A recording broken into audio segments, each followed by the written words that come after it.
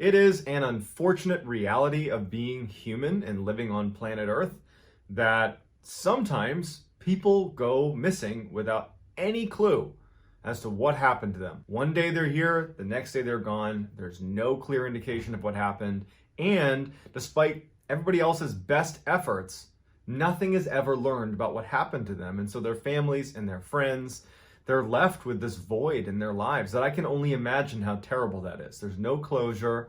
There's like that perpetual sense that if you could just find more information out, you could find out what happened to your loved one, to your friend, to your colleague.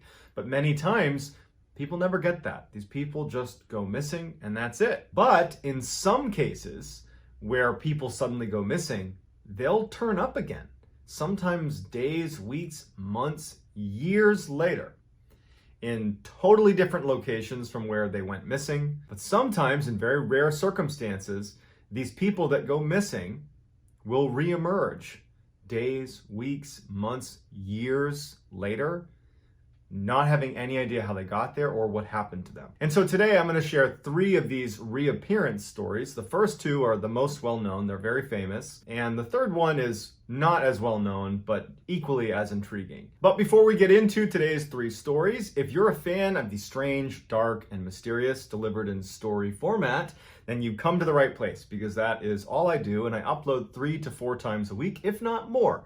So if that's something you'd be interested in, I would encourage you to please gently perform a lobotomy on the like button, and then subscribe to my channel, turn on all notifications so you don't miss any of my 3 to 4 weekly uploads. Okay, let's get into the stories.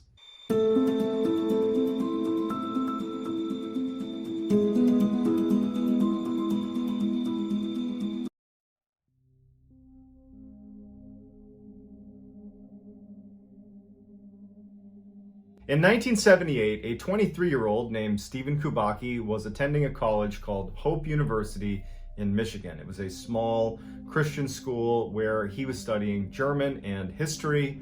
Stephen was a little more free-spirited than the typical student enrolled at Hope University, which was very conservative. He was a big-time outdoor enthusiast, and he loved to go skiing. In February of 1978, which was just months before Stephen was set to graduate, he decided he wanted to go on a solo ski trip around the Lake Michigan area. And so this area was known as the Lake Michigan Triangle. It's also known as just the Michigan Triangle, and it's an awful lot like the Bermuda Triangle, which is in that northern section of the Atlantic Ocean where planes and boats have gone missing over the years kind of inexplicably.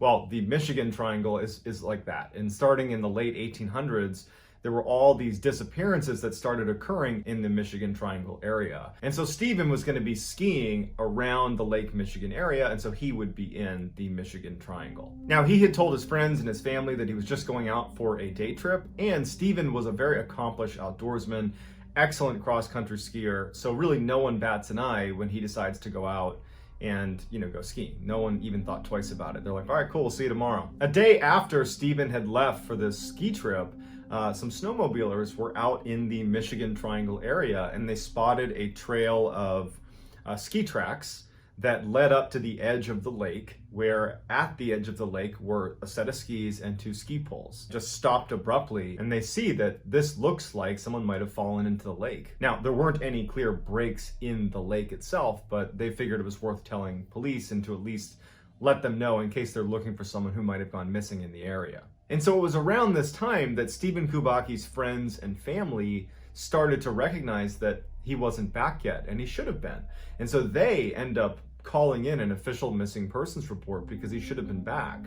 And so the 2 things happened in tandem. You have the snowmobilers that have found the ski poles and the skis, and you have the missing persons report that's come out for Stephen Kubacki, and immediately they're connected, and this massive search effort is launched with a focus on where those skis and the poles were found. Now, they looked everywhere, but it was like his tracks went right up to the edge of the lake and then just stopped. There weren't any more tracks on the lake There were no breaks in the lake. There was nothing there. It was like he just suddenly either went into the ground or just vanished somehow. And so as hundreds of people have descended on this area to look for Steve Kubacki, his backpack shows up right next to his skis and ski poles. That was the first place that everybody went, and his backpack wasn't there. And they didn't really even know how to investigate it. It was just this weird phenomenon where all these people are like, I guess it just must have been there the whole time. They just didn't have a good answer for it. And so after a long and very elaborate search,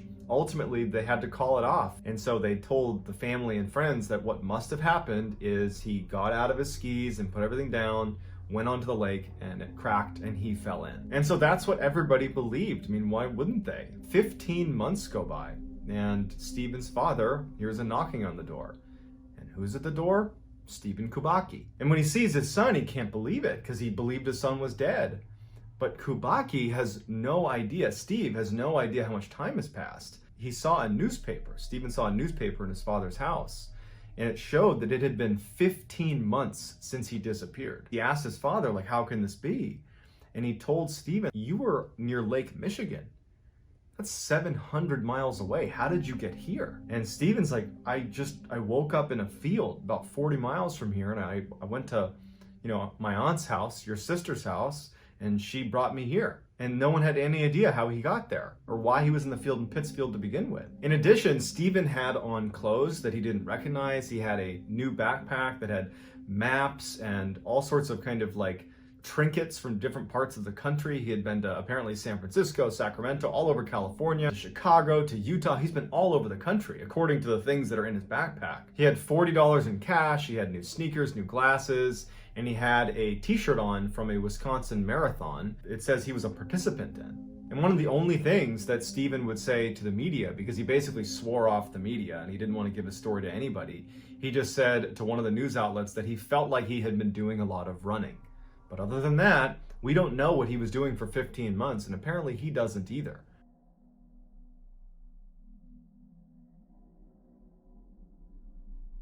In early 2018, Danny Filippidis was a 49-year-old firefighter living in Canada. He had a wife, he had 2 kids, he was happy, healthy, successful, and every year, he and his colleagues at the firehouse would go on a ski trip to New York, where they would go skiing at a mountain called Whiteface. And so on February 7th, 2018, Danny and his 7 colleagues are at Whiteface. They're enjoying themselves. Danny was an avid skier. Like, this is something he really looked forward to, was this annual retreat to Whiteface Mountain. And it was getting to be lunchtime, and his 7 colleagues said, hey, let's go down to the lodge and get a bite to eat.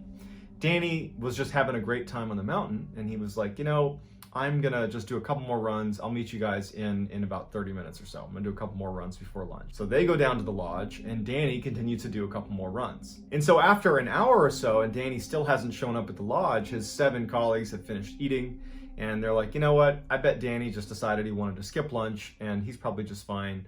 And so they end up just going out and skiing the rest of the day. But by the end of the night, when the mountain is starting to shut down, they're all checking their phones for messages from Danny. They haven't gotten anything from him. They haven't seen him. They decide, let's go check out, his room back at the hotel and make sure that he's there. Maybe he got sick and he left, something like that. And the resort was attached to the mountain itself. So they just walked right over to his room. They knocked, he didn't answer, but then they went out back and they found his car, and his car was still there. They went to the front desk, they explained the situation. They ended up going in the room and checking to see if he was in there. He wasn't, but all of his personal belongings are still inside of the room. So Danny, who has not shown up after going skiing for this additional run, clearly hasn't left the mountain because his car's still here, his cash, his passport, everything is in his room, but no one knows where Danny is. And so they launched this massive search for Danny. And I mean, this day it was so crowded at Whiteface. There's so many people there. And also it had snowed a ton before they even started skiing that day. So it would have been very difficult to move very far off the mountain, let's say, if someone wanted to. There was too much snow on the ground. So he couldn't have gotten very far. And there were lots of people there that they could interview to say, have you seen this man? They had a picture of him, and no one had seen him. And there was no sign of him. Despite this massive search effort, no one has any idea what happened to him. The authorities call off the search and they tell his loved ones and his friends that, Danny must have succumbed to the elements. That's the only explanation we can give. We can't find him now because the snow's pretty deep, but hopefully when the weather warms up, we'll be able to launch another search and we can recover his body. And so that's the news that's passed to his wife, to his kids, to his friends, and it's just devastating. And then a couple days later, Danny's wife is home, trying to adjust to this awful new normal, and she gets a phone call from a number she doesn't recognize. And she picks it up, and it's a little bit hard to hear, but she immediately recognizes her husband's voice. And she can tell right away that there's something wrong. Like he's not making sense. She's like, Danny, is that you? Is that you? And Danny's like, I don't know where I am. I don't know how I got here. Where are you? What am I doing? And so she immediately tells him, you have to call the police. You have to call the police. They have to come get you. And finally he agrees and he hangs up. The police receive a phone call from Danny, and he doesn't know where he is. He's saying that, my wife told me to call you. I'm very confused. I don't know what's going on. And they ask him to describe where he is. And he starts describing what's around him. And police are able to, eventually pinpoint where he is. And it turns out he was near Sacramento, California, 2,900 miles away from Whiteface Mountain. Even more strangely, when the police go to collect Danny, he's still wearing his ski gear, winter jacket, winter pants, ski boots on. He even still had his goggles on his head. And he has a haircut. He has a fresh haircut, and he has a brand new phone, a brand new iPhone. But he had no money. He had no wallet. He had nothing. He had left all of his belongings in his room. So looking at him like, how did you get a new phone? How did you get a haircut? Why did you get a new haircut? And when you got your haircut, why didn't the person cutting your hair let someone know that a man who's visibly confused wearing ski gear is getting a haircut in here? And so it's just a totally strange mystery that Danny, to this day, and anybody that knows Danny and his friends, the investigators, everybody, no one knows how he got there. How does a guy without a car, without any money, wearing ski gear, go from New York to Sacramento, California, somehow get a haircut and buy a new phone, and then just suddenly come to and be like, oh, that's right, I'm Danny, and I'm gonna call my wife and let her know where I am now. Like, it was just crazy.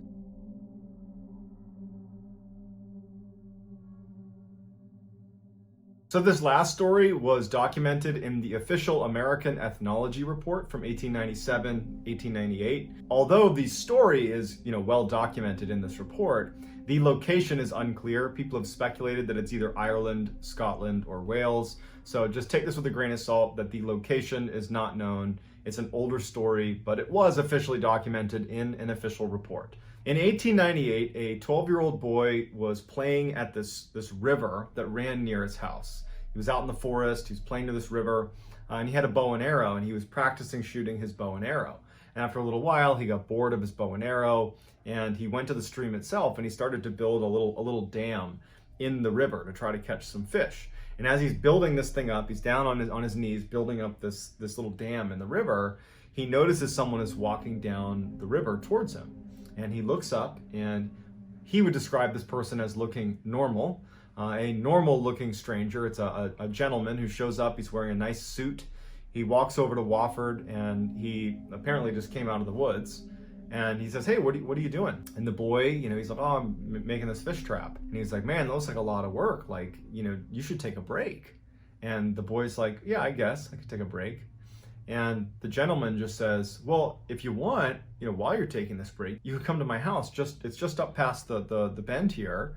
My family's there. You can have a meal with us, and then you can come back and you can finish your fish trap. And so, this is a different time. This is the late 1800s, and I'm not suggesting that at the time it was totally cool to go with strangers into weird houses in the forest, but the boy felt compelled to say yes. He didn't want to be rude, and maybe his fear of strangers is less extreme than it is, for us today in 2020. And so he agrees to go with the man. They make their way up past the river into the forest a little bit, and they come up to this cabin. Now, the boy played in the woods here, and he had never seen this house before. But he's not too concerned, because as soon as he gets to the house, this cabin in the woods, he sees that the lights are on, and he hears kids playing inside, and a close family friend of his family's is sitting on the porch talking to one of the other apparently family members of the stranger. And so the boy's put at ease, and he says hi to the family friend, and the family friend, waves back. The boy goes inside, and he sees that this family has a couple of kids, roughly his age. They're playing, goofing around. They have dinner, and this wonderful meal, and the boy, Wofford, is like, man, this is so great. And after the meal, he lays down and falls asleep. He kind of loses track of time. The boy falls asleep at this cabin. And so he wakes up early the next morning, and he feels horrible because he didn't mean to fall asleep, and he didn't tell anyone from his family where he was going. And he's thinking, man, they're going to be so worried about me. And so as he's getting up to leave, the stranger is already awake, the one that had met him down by the river and called him up to the house. And the boy says, hey, can you walk me down back to the river? And the stranger's like, I can take you part of the way down, sure. So the two of them, they're having small talk, and the boy's thanking the man for his generosity. And so as they're walking, they're passing by an orchard on one side and a cornfield on the other. And it's this beautiful morning, the sun's just coming up, and the boy remembers thinking how beautiful the setting was. But he also was thinking, like, I don't even know where I am right now. And I'm assuming he's walking me back to where I live, but this doesn't look familiar at all. And the stranger stops. They get to almost a junction right at the end of the orchard and of the cornfield. And the stranger tells the boy, Wofford, he says, hey, just go straight. You're going to turn down this way, turn back, and you'll be at the river again, where we met. And the boy thanks the stranger, and the stranger turns and starts walking back towards his cabin and says, hey, good luck, see ya. And the boy starts following the man's directions. And Wofford, as he's walking, following the stranger's directions, he's suddenly curious and turns around to look back at this strange person who had brought him up to the house and then now brought him back. And he's stunned because suddenly the orchard and the cornfield are not there. There is no orchard or cornfield. It's just deep, dark forest. And he's like, what's going on? He turns back, and there's a search party, or it looks like a search party, running up to him.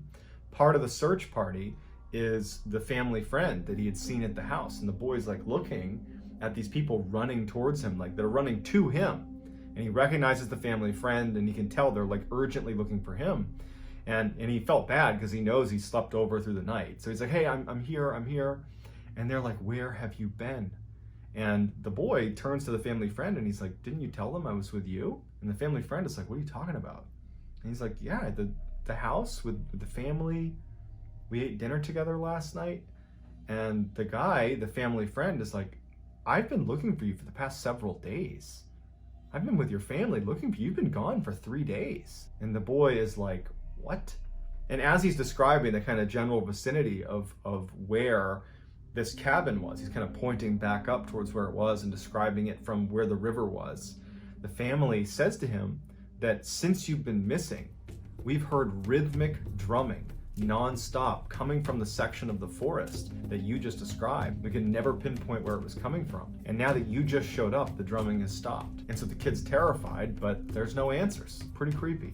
So 3 very strange stories that luckily all of them ended with the person being found again, but it doesn't change the fact that the mystery remains. Where did they go? It's like they left the earth for a couple of days, or in Stephen Kubacki's case, for over a year, and then came back. It was like a glitch in the matrix or something. And so I would love to hear in the comments what you think can possibly explain how these people are disappearing without a trace and then reappearing days, weeks, months, years later, not having any idea how they got there or what had happened to them. How can we possibly reconcile that? And if you like this video and you want to see more videos like this, I would ask you to please gently perform a lobotomy on the like button, and then subscribe to my channel and turn on all post notifications so you don't miss any of my other 3 to 4 weekly uploads that I do every week that sound an awful lot like the story you just heard. If you want to get in touch with me, you can message me on Instagram. My handle is johnballin416. I'm also very active on TikTok, where my handle is Mr. Ballin, so you can follow me over there. I also go live on TikTok Monday, Tuesday, Wednesday, and Friday at 10 p.m. Eastern, so you can check me out over there or on Instagram or here on YouTube or any of these places. But wherever you're finding me, I really appreciate your support, and I really have enjoyed making these videos, and I hope you've enjoyed them too. That's going to do it, guys. Until next time, talk to you soon.